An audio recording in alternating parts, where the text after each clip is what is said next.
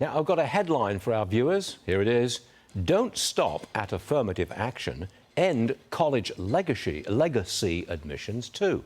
Rikki Schlott wrote that, and Rikki joins me now. When you say legacy admissions, you're talking about a parent who maybe pays some money to get a child into the same college that they went to. Yes. What's wrong with that?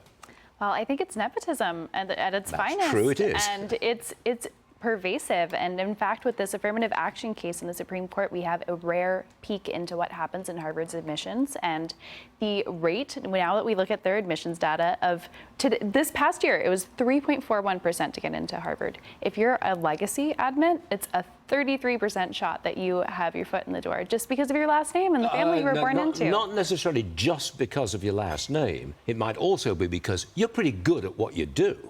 Well, they actually looked at the percentage of kids that are there who are either recruited athletes, children of donors, children of staff, or legacy admits, and that's 42% of white kids that go to Harvard, according to the analysis, and 3/4 of them are estimated to have not gained admissions, if not having been in one of those special interest groups. But to cut out legacy admissions, you couldn't pass a law, could you?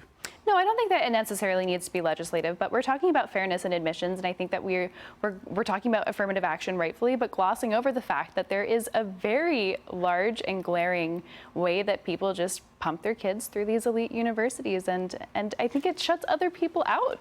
But you could tie potentially federal funding to a proposal like this, because Harvard has $50 billion in their endowment, but they're still taking federal funding. When I was a young man and getting into college when I was a kid in England, you had to go through a series of interviews with the professors at that college and sit for examinations, which you had to pass with flying colors. Mm-hmm. What's wrong with that as a system of getting into college?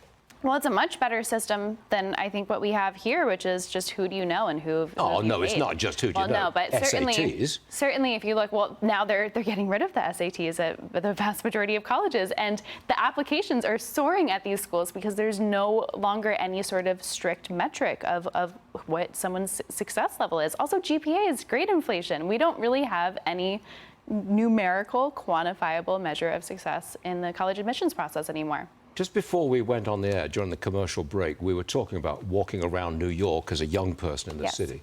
You told me that you carried pepper spray. And when you told me that, our control room, lots of other young folks who live in the city, they got pepper spray too.